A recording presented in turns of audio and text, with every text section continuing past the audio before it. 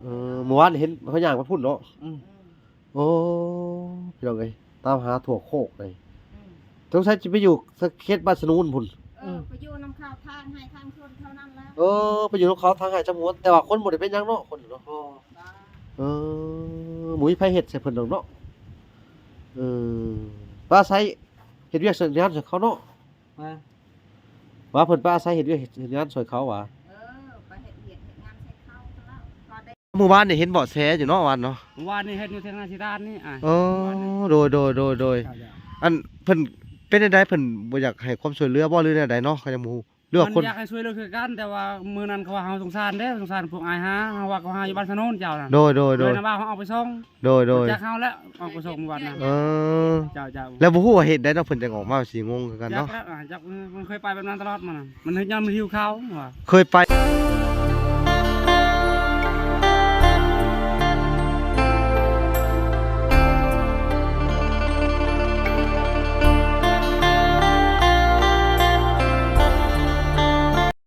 โอเคเนาะทุกคนมอหลักก็อยู่ในเฮือนในซานของน้องอะเวยคือเก่าพี่น้องเอ้ยแต่ว่ามื้อนี้มอหลักเดินทางมาฮอดเนาะก็สิได้ไปตามน้องอะเวยเพิ่นพี่น้องเอ้ยว่าอยู่จังไดเป็นจังไดเนาะพี่น้องอยู่ในดงในป่าพี่น้องเอ้ยยังบ่ออกมาอยู่พี่น้องเอ้ยแต่ว่าเพิ่นบ่เป็นหยังเนาะพี่น้องเพิ่นยังปลอดภัยดีอยู่ชาวบ้านก็เห็นเพิ่นอยู่พี่น้องเอ้ยเพิ่นได้โคมไม้พี่น้องถือโคมไปเมื่อวานนี่เพิ่นว่าเนาะเอ้าทักทายสบายดี FC ทางฝั่งไทยและ FC ทางฝั่งลาวเนาะและ FC ทางต่างประเทศนำเด้อพี่น้องเอ้ยก็ยินดีเข้าสู่ช่อง YouTube บ่หลาสายบุญคือเก่าเนาะพี่น้องเอ้ยคุณธรรมพี่น้องสบายดีพ่อๆแม่ๆอยู่ทางเมืองนอกเมืองนาพี่น้องเอ้ยโอเคบ่าวสัญญาก็สิได้เดินทางไปหาน้องล่ะพี่น้องเอ้ยมื้อนี้บ่หลาก็จะมาติดตามน้องเอาเว้ยพี่น้องเอ้ยว่าเป็นจังไดพอเมื่อวานนี่ก็มีคนพ่อหลายคนอยู่เพิ่นว่าเป็นหยังคือออกมาพุ่นน่ะอยากออกมาพุ่นน่ะอยากออกมาหาอยู่หากินเนาะสบายดีแม่สบายดีกะมื้อนี้ก็สิไปกับเบากิจเนาะพี่น้องเนาะก็จะไปตามหาเพิ่นว่าเพิ่นเป็นจังไดพี่น้องเอ้ยกับเบากิจกะในเฮือนบ่ล่ะที่อันนี้แหละพี่น้องเอ้ย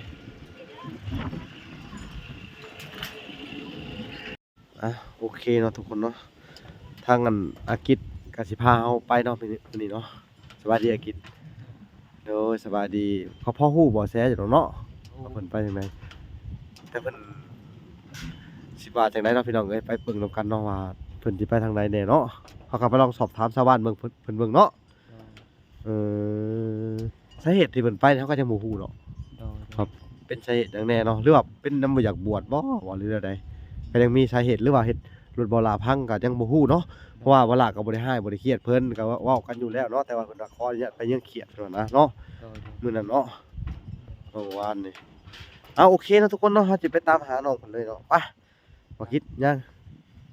เอาเลยพี่น้องเอ้ยเฮาก็สิเข้าโคกเบิ่งเข้าโคกเข้าดงเบิ่งพี่น้องเอ้ยว่าสิเจอบ่หรือว่าจังไดก็รอลุ้นกันไปเนาะพี่น้องเนาะโอเคไปหากันเลยเนาะพี่น้องเนาะใช่เพิ่นขับรถเลยคิดขับรถเป็นบ่บ่เป็นนะเราจะจับกล้องค่อยพี่น้องเอ้ยน้องวลาก็จะได้ออกเดินทางไปเราต้องเอาไว้แล้วอยู่ในโคกเนาะกินเนาะโดยไปพอสมควรพี่น้องในโคกในดงในป่า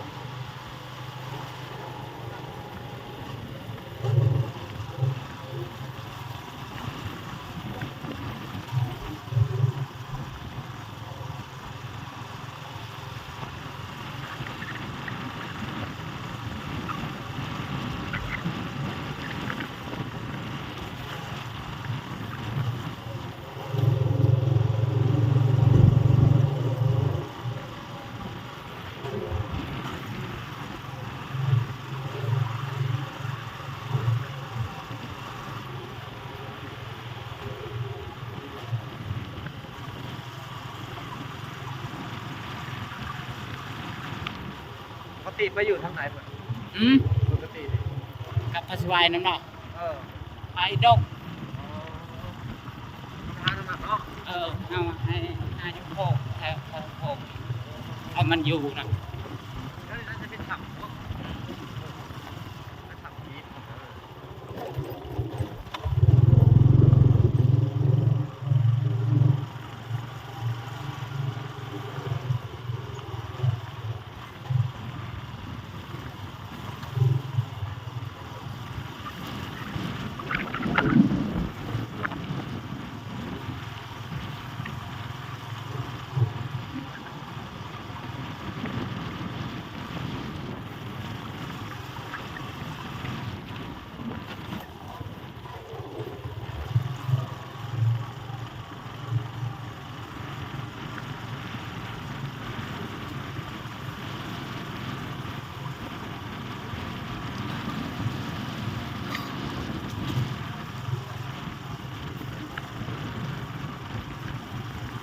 บ้าน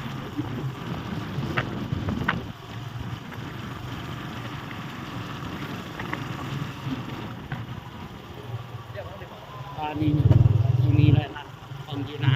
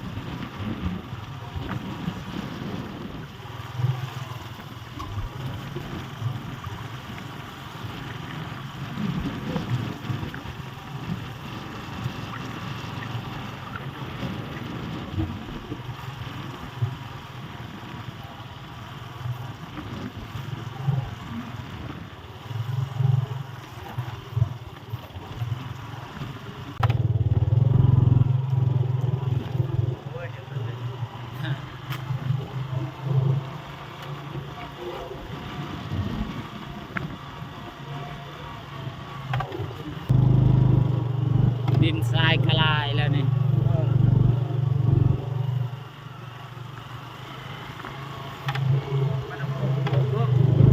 โดย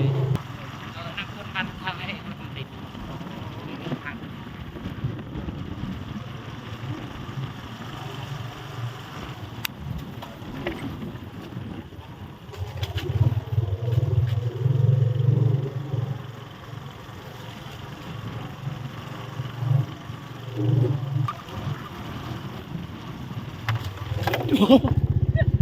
เอาละ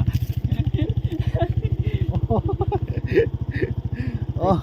เรื่องไงล่มเลยว้าทุลำบากเลยตามหาเบอร์เถอะเลยท้องเถื่อล่มโอ้โอ้ yes โอเคเนาะพี่น้องเนาะเดี๋ยวเราจะไปนั่นเลยเดี๋ยวพี่น้อง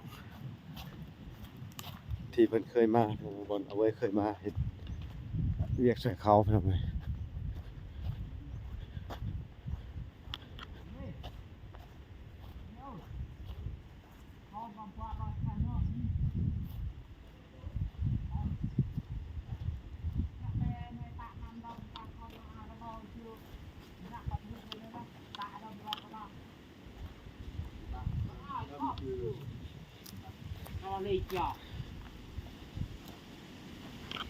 สบายดี พวกคุณมีครับ ผู้เห็นเพิ่นมานี่บ่ บ่ เพราะว่ามื้อนี้สิพาเพิ่นออกไปซื้อโทรศัพท์มื้อนี้เขาเห็นเพิ่นบอกเขาหน่อยเด้อหรือว่าให้เจ้าเอามาอันไปส่งหน่อยเด้อเพราะว่าเขาสิซอยเหลือเพิ่นแล้วสิซื้อโทรศัพท์อิหยังให้เพิ่นเด้อเพราะว่าผู้ใหญ่เพิ่นเป็นห่วงหลายอีหลีท้ายโตมานี่นะ บ่เห็นมันเถิงจักแล้ว เขาว่ามื้อแรงบ่หรือว่าแนวใดอันน่ะให้โทรหาเฮาหน่อยเด้อเดี๋ยวให้จดเบอร์ไว้ให้เด้อได้ๆเดี๋ยวๆๆน้องก็สิจดเบอร์ไว้ให้เพิ่นก่อนโค้งตรงเอาไปเรื่อยๆ คานเลย มีแต่ลมกับลมอยู่ ด้านพาเจือกตลอดไม่ว่าใจ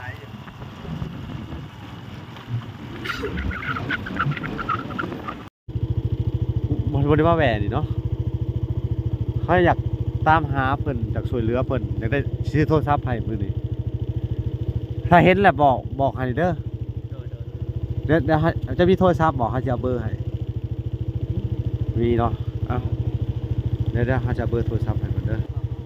เนาะเดี๋ยว มาเลยอะไร 020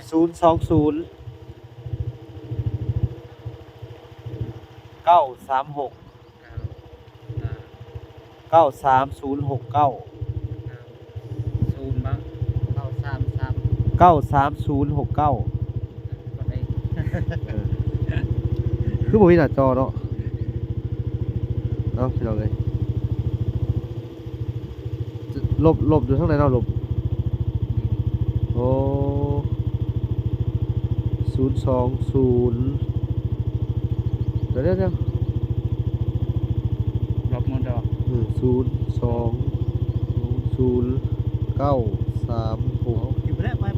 93069 ตะลุกตาดำรถ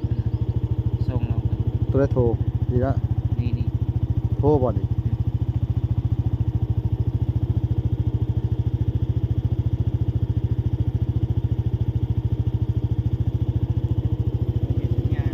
เออ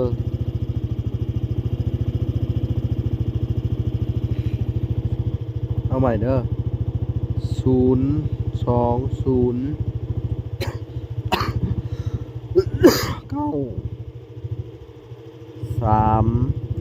เนื้อลายไปอันออดทางถนน คนนี้ 930 ง่ายระบาดเลยยากเป็ดได้เป็ดได้มันชื่อตัวเองนะมันอยากได้กับยาเนาะเบาล่ะ เดี๋ยวติดเลย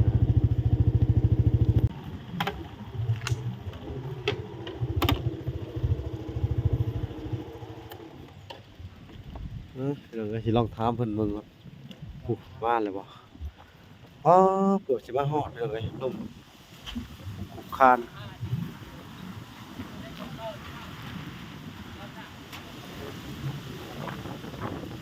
เว้ยน่ะเบ้ยมาเดี๋ยวบ่เนาะ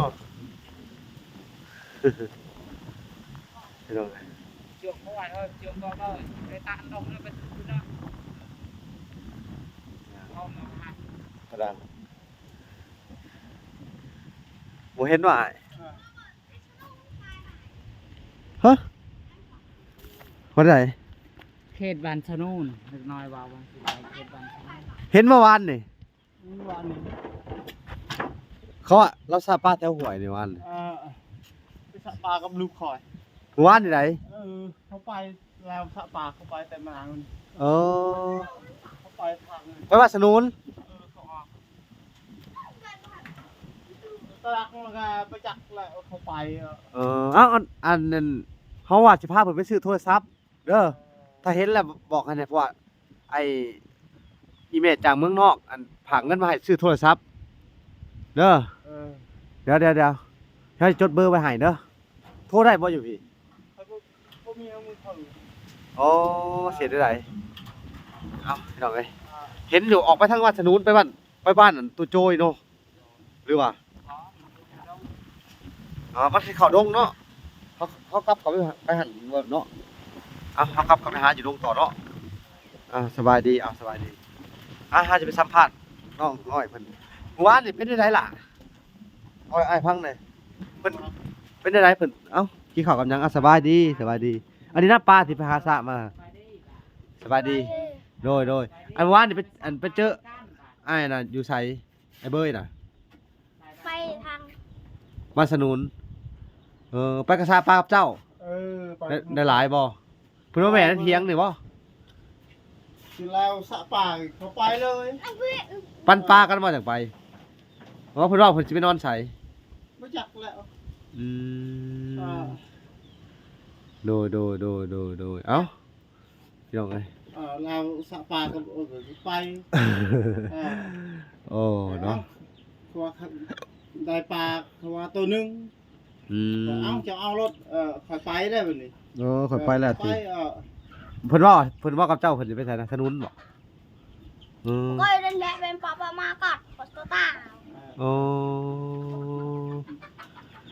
คือว่าเนาะพี่น้องเอ้ย ข่อยว่าเขาว่า โคก ไปให้ไปสั่ง กว้างมันไกล จังน้อยก็อยากเข้าไปนำเด้ข่อยว่าได้ ข่อยว่า แล้วเพิ่นว่าจังไดบัดนี้ เออ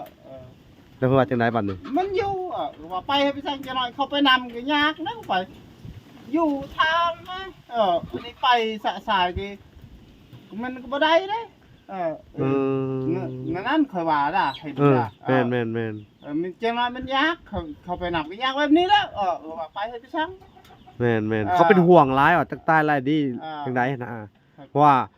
อันผู้ใหญ่เพิ่นก็สิมาช่วยหลายแน่นะมื้อนี้ก็สิพาเพิ่นไปซื้อโทรศัพท์จังมาตามหานี่นะท่านกี่เขาว่าไปให้ไปสั่งบอกเล่าหน่อยเด้อ จังน้อยเข้าไปนำยักษ์ แม่นอะไร นั่นเคยเห็นอยู่ที่อยู่กับลูกคอยแต่มันไปแต่มันเศร้าหรอกคือว่าขี่ไปสะปลาแล้วสะปลาคือได้ปลาตัวหนึ่งเอ้าขี่เข้าไปเลยเอานี่ห่วยนี่บ่ แถวห้วยดิ ไกลเติมเนาะดงอันนี้เนาะดงไกลขนาดเนาะกว้างไกลเนาะอันนั้นคือว่าไปให้ไปสั่ง โดย ไปนำได้ นอนหน้าเนาะสิเจ้าเนาะเฮ็ดเตาเฮ็ดหยังเนาะเอ้าพี่น้องเอ้ยบ่รบกวนเพิ่นอาจสิไปหาต่อแต่ว่าที่แน่เพิ่นออกไปทางตีนว่าถนนนี่เนาะเธอออกไปพ้นเลยแล้วสะปลากับลูกคอยไปคุณเลยโอเคเนาะทุกคนเดี๋ยวเราจะพากันไปตามต่อเนาะโอเคเอารถป่าไปเลยพี่น้องเอ้ยข่าวกันแบบนี้แหละเนาะทักษิว่าจังใดเมื่อวานเห็นเขาย่างมาพุ่นเนาะโอ้พี่น้องเอ้ยตามหาถั่วโคกเลยสงสัยจะไปอยู่สักเขตบ้านสนูนพุ่นไปอยู่น้ำข้าวทางให้ทางคนเท่านั้นแล้วไปอยู่กับเขาทางหายจมวนแต่ว่าคนบ่ได้เป็นหยังเนาะคนเนาะหมุ้ยไผเฮ็ดใส่เพิ่นดอกเนาะป้าไสเฮ็ดเวียกเฮ็ดงานใส่เขาเนาะว่าเพิ่นป้าไสเฮ็ดเวียกเฮ็ดงานช่วยเขาว่ะไปเฮ็ดเวียกเฮ็ดงานใส่เข้าแล้วพอได้เอากินน้ำน้ำเข้าแล้วโดยพี่น้องเอ้ยเดี๋ยวเฮาจะไปตามต่อเนาะพี่น้องเนาะเฮาก็มาพ่ออีกเที่ยงนึงแต่ก็มาถามเพิ่นก็เห็นว่าจะเฮ็ดเลยกับโตแล้วเจ้าเห็นอยู่หั่นเนาะโดย มาสิพูดย่างไปพูด ย่างมาแต่บ้านพุ่นเนาะหลังจากบ้านออกไปพุ่นสงสัยไปสนูนพุ่นเนาะแถวดงสนูนเลยไปเฒ่าเนาะโดยโอเคเนาะผู้บ่แสแล้วพี่น้องเฮาสิไปตามไปเรื่อยๆเนาะพี่น้องมื้อนี้ก็ขอให้พบเจอเพิ่นเนาะพี่น้องเนาะขอให้เพิ่นรอดปลอดภัยโอเคพอกันเคียงต่อไปเลยพี่น้องเอ้ยเมื่อวานนี่เห็นเบาะแสอยู่เนาะวันเนาะเมื่อวานนี่เฮ็ดอยู่ที่นาสิดานนี่โดยอันเพิ่นเป็นจังได๋เพิ่นบ่อยากให้ความช่วยเหลือบ่หรือแนวใดเนาะเขาจะบ่ฮู้หรือว่าคนอยากให้ช่วยเหลือคือกันแต่ว่ามื้อนั้นเขาว่าเฮาสงสารพวกอายหาเฮาว่าเขาหาอยู่บ้านสนุนเจ้าน่ะโดยนะว่าเขาเอาไปส่งโดยจากเฮาแล้วเอาไปส่งเมื่อวานน่ะเจ้าแล้วบ่ฮู้ว่าเฮ็ดได้เนาะเพิ่นจังออกมาสิงงคือกันเนาะจากมันเคยไปแบบนั้นตลอดมันเฮ็ดยามมันหิวข้าวว่าเคยไปบ่แต่ชุเฮามีข้าวกินตลอดพาเพิ่นไปเลี้ยงตลอดนะแต่ก็บ่ฮู้ว่าเพิ่นเป็นหยังเนาะคือเป็นหักเพิ่นเคยไปเนาะสงสัยเนาะผมเคยไปตลอดก็เคยได้ยินเขาจมอยู่ในบ้านอยู่สิอยู่นำมันชุอ้ายนี่อึดอัดเพิ่นว่านะบ่ได้ไปไสเพิ่นว่าบ่เคยจมมาบ่น่ะเพิ่นจมเคยจมแต่ชุเฮาพังอยู่บ่มีแต่ว่าเพิ่นน่ะคนเคยไปแบบสิเนาะคำว่าอยู่ในอันน่ะในนำชุมเฮานี่ก็น่าจะอึดอัดบ่หรือใดก็ยังบ่ฮู้ของเพิ่นเนาะพี่น้องเอ้ยเฮาก็สิติดตามต่อไปเนาะว่าเดี๋ยวเฮาจะบอกเบอร์ให้เด้อ020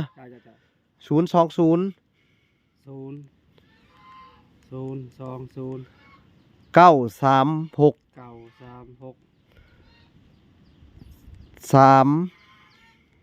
คนแรกเอาใหม่เนาะเอาใหม่ก็ได้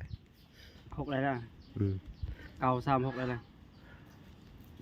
02093693693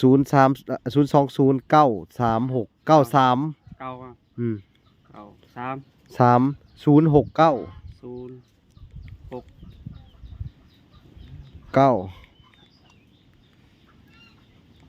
โทรศัพท์ก็กดยากเลยเนาะ จ้า ลองโทรมาเบิ่งเบอร์เบาหลาเด้อ จ้า แต่ว่ามื้อวานนี่ได้เลยลงกับเพิ่นอยู่บ่ บ่นี่เขาเว้าอยู่อ้าย เออ ในร้านเฮาได้เปล่า โดย ลูกปอสิกนี่มันย่างไปในนาทีสิตาหน่อยนึง โดย มันติดแล้ว โอเคนี่แหละ จ้า ขอบใจเด้อ จ้า มีหยังโทรหาเด้อ จ้า โดยโอ้ขอบใจทางอันนาบ่าวเพิ่นที่เพิ่นปิมื้อน่ะก็ไปส่งเนาะ จ้า เออ คนเฮาเลยเอาไปส่งมื้อนั้น เออ มันอยู่ในเถียงนามันอยู่ในเถียงนาเฮาแล้วมันเข้าในทางให้นะ เออ มื้อนั้นเราเก็บบางไม้นี่กินเรา เอ อยู่เขา อเก็บบักไม้นี่บักให้นี่ จ้านี่ เออ มีเฮาไปบอกมื้อนั้น โดยเก็บ เขา หิวข้าวเนาะ จ้ามื้อนั้น อ๋อนี่พี่น้องเอ้ยเก็บบักให้กินเนาะ จ้า นี่เอ้าจังได๋กะอันสิรายงานให้ทราบเนาะทุกคนว่าไปฮอดถึงใดแล้วเฮาก็สิไปหาไปเรื่อยๆเนาะทุกคนเนาะ เอาคลิปนี้ก็สิจบก่อนเนาะแล้วคลิปต่อไปเขาก็สิหาต่อไปพี่น้องเอ้ยโอเคพอกันใหม่เด้อคลิปหน้าเนาะสบายดีเด้อสบายดีเอ้าโอเคเนาะทุกคนบายบาย